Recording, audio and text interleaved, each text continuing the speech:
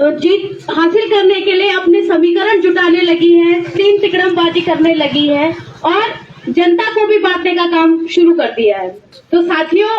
क्या ऐसे समय में जनता को खामोश हो जाना चाहिए?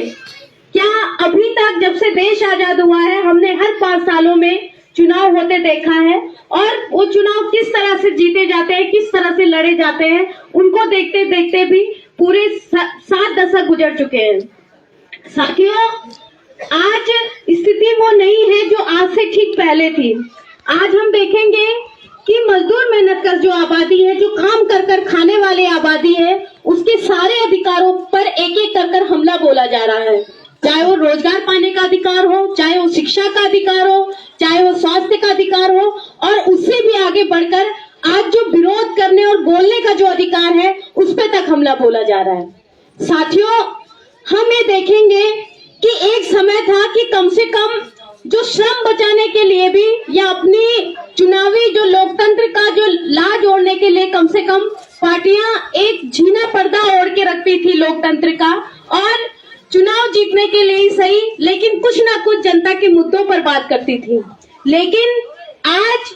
जो केंद्र में जो बैठी सरकारें हैं वो आज इतनी बेशर्म हो चुकी है, आज उसे इस बात की कोई परवाह नहीं है कि जनता क्या सोचती है, क्योंकि उसने जो कानून बना दिए, जिस तरह से जनता को बांट दिया है, आज उसको जनता के मुद्दों पर वोट लेने की जरूरत भी महसूस नहीं हो रही है। और हम ये देखेंगे कि लोकसभा चुनाव आने वाला है, लेकिन पूरी मीडिया पे, चाहे वो प्रिंट मीडिया हो, चाहे वो टीवी हो, चाहे अखबार हो, चाहे वो सोशल मीडिया हो, हम सब जगह देखेंगे कि इन चुनावी समय में भी जनता के मुद्दे पार्टियों के एजेंडे से गायब है। और सबसे बड़ी जो आज आपको सबसे बड़ी केंद्रीय पार्टी जो बीजेपी अपने को सबसे बड़ी पार्टी घोषित करती है, उसने तो पूरी तरह से जनता के एजेंडे को एक तरह से गायब कर दिया है। आज जनता को धर्म का झंडा पकड़ा दिया गया है, जाति का झंडा पकड़ा दिया गया है, लेकिन जनता के हाथ में जो रोजगार होना चाहिए, जो शिक्षा का अधिकार होना चाहिए, वो सारे एजेंडों से गायब है। तो साथियों, क्या ऐसे में जनता की क्या जिम्मेदारी बनती है, जनता का क्या अधिकार बनता है, उसका क्या कर्तव्य बनता है? साथियों, इंकलाबी मजदूर केंद्र आप लोगों से अपील करता है कि चुनाव एक ऐसा मौका होता है, हालांकि हम ये नहीं कहते कि आप उसमें सत्ता परिवर्तन कर देंगे या व्यवस्था परिवर्तन कर देंगे, लेकिन कम से कम जो भारतीय लोकतंत्र है उसकी एक हद तक कि जब जो सरकारें हैं, जब जो चुनाव पार्टियां हैं वो जनता के बीच में आने को विवश होती है, चाहे अपनी वोट लेने के लिए सही, लेकिन वो हमें सुनने को विवश होती है। लेकिन ऐसे समय में भी हम खामोशी ओढ़ लें, ऐसे समय में भी हम जातियों में, धर्मों में बटे रहे, तो हमारे हाथ अगले 5 साल तक कुछ नहीं होने वाला होता। आज पार्टियां हमारे दरवाजे तक आती हैं, हमारे हाथ पैर जोड़ती हैं, हमसे बात करती है, लेकिन जैसे ही चुनाव जीत लिया जाता है, जैसे मेंढक के सर से सींग गायब हो जाती है, वैसे ये भी गायब हो जाते हैं। तब तो हालत ये होती है कि एक विधायक भी आ रहा हो, छोटा सा विधायक, तो पूरी सड़कें खाली करा दी जाती है कि ताकि उसकी एंट्री में कोई दिक्कत ना आए। तो साथियों, ऐसे में चुनाव एक मौका होता है कि जब जनता अपनी बात कर सकती है, जब जनता इनसे सवाल पूछ सकती है, जब जनता इनको एक तरह से अपने कदमों में झुका सकती है, और इस मौके का जनता को फायदा उठाना चाहिए। और वो फायदा कैसे है कि कम से कम हम उनसे सवाल करें, जो भी जनप्रतिनिधि हमारे सामने आए, हम उनसे सवाल करें कि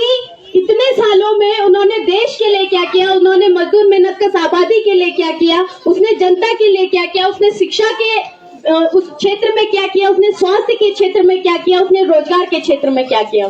साथियों, जानकर बड़ी हैरानी होगी कि आज जो सरकार केंद्र में बैठी हुई है, जो बड़े बड़े विकास के दावे कर रही है, जो ये कह रही है कि भारत 2047 तक विश्व गुरु बनने वाला है, जो ये कह रही है कि भारत 2029 तक विकसित देश बन जाएगा, लेकिन उसी भारत देश की हालत ये है कि आज बेरोजगारी यहाँ चरम पर है। आज बेरोजगारी जिस चरम पर है कि सरकारों ने बेरोजगारी के आंकड़े जारी करने तक बंद कर दिए हैं। आज भारत भुखमरी में सोमालिया जैसे देशों की लिस्ट में आ चुका है। बात बात पर पाकिस्तान का हवाला देने वाले इनके जो मुख्य वक्ता होते हैं, जो इनकी पार्टियों के वक्ता होते हैं, वो इस बात को छुपा जाते हैं कि भुखमरी के मामले में पाकिस्तान की भारत से भी ठीक स्थिति है। नेपाल जैसा गरीब और छोटा देश भी इस मामले में हमसे बेहतर स्थिति में है, लेकिन भारत वहाँ की जनता जो विश्व गुरु बनने का सपना जिसको दिखाया जा रहा है, जिसको विकसित देश का सपना दिखाया जा रहा है, उससे ये आंकड़ा छुपा दिया जाता है कि 121 देशों में भारत 116वें नंबर पर भुखमरी सूचकांक में है। साथियों, ये हमसे छुपा लिया जाता है कि आज भारत में जो महिला हिंसा के आंकड़े हैं वो सबसे ज्यादा है। भारत देश महिला हिंसा के मामले में एक क्राइम देश की तरफ क्राइम देश में तब्दील हो चुका है। साथियों,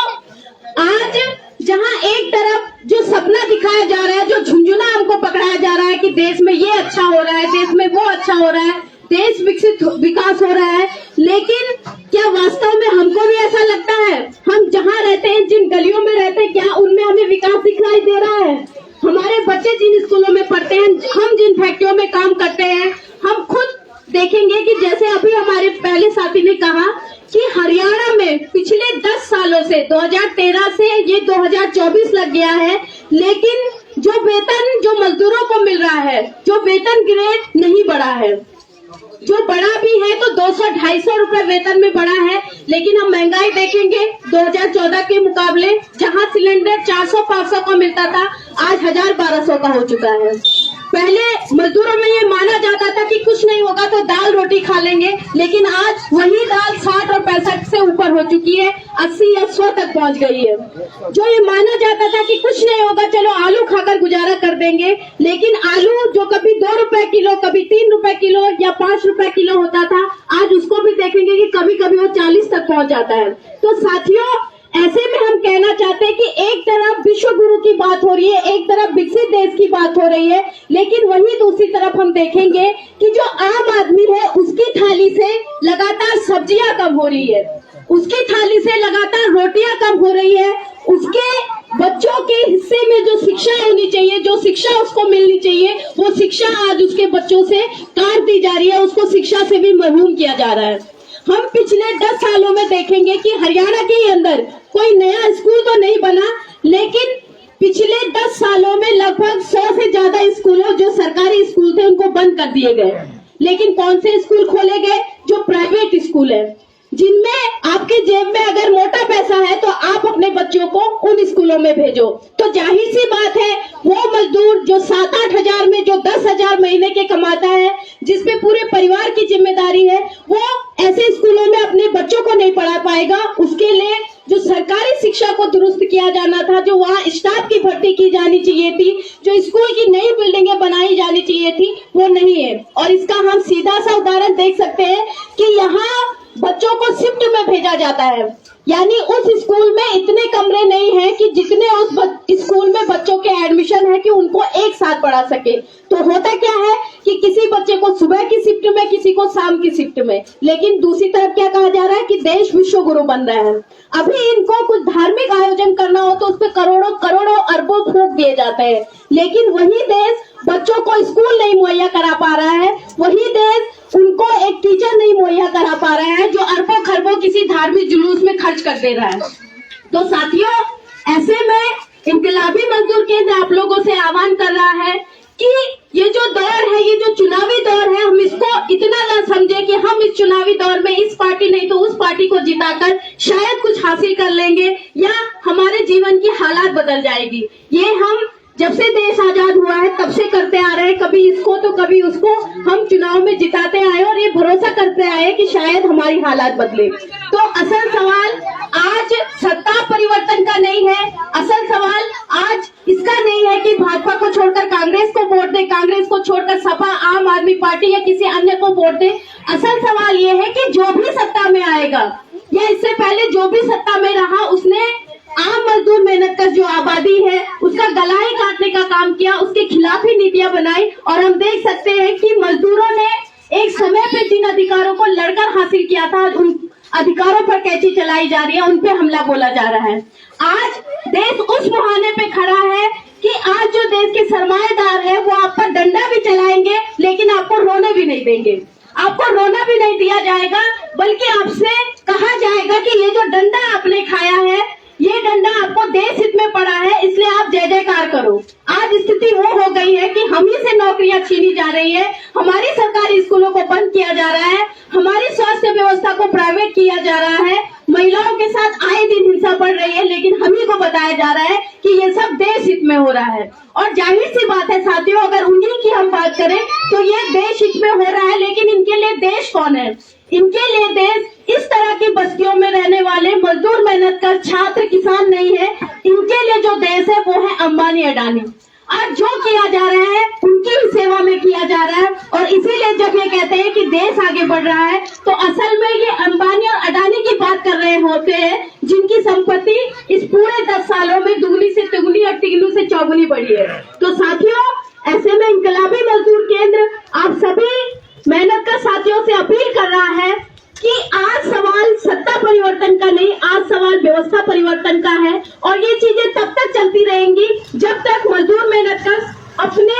तमाम जो भेद है, चाहे वो जाति के भेद है, चाहे वो धर्म के भेद है, चाहे वो क्षेत्र के भेद है, उन तमाम भेदों को भुलाकर अपनी एकीकृत मजदूर मेहनत कशों की अपनी पार्टी नहीं बना लेता और खुद जो पूरे सरमायादारों को पीछे हटाकर खुद शासन सत्ता पर कब्जा नहीं कर लेता और सत्ता परिवर्तन को छोड़कर व्यवस्था परिवर्तन की तरफ आगे नहीं बढ़ता, तब तक ये चीजें चलती रहेंगी। हमने देखा कि जब भी मजदूर मेहनत का आगे बढ़ा है तो उसने लड़ाई जिसके लिए लड़ी है उससे 2 कदम आगे ही उसने हासिल किया है। हमने वो किसान आंदोलन में भी देखा और ऐसे तमाम चीजें कि जब मेहनत का आबादी लड़ी है तो उसने कुछ हासिल किया है, लेकिन जब उसने अपने इन नेताओं को अपना भरोसेमंद समझा है, उनको अपना सरमाएदार बना है, तब तक उसके साथ धोखा हुआ है। चाहे वो आजादी का आंदोलन हो, चाहे वो आज हम देख रहे हैं कि 2024 में जब हम खड़े हैं तब हम महसूस करते हैं कि क्या जिस देश की बात भगत सिंह करते थे, जिस देश की बात राजगुरु सुखदेव करते थे, क्या आज देश वैसा ही है? नहीं साथियों, आज बिल्कुल वही स्थिति देश के अंदर पैदा हो गई है कि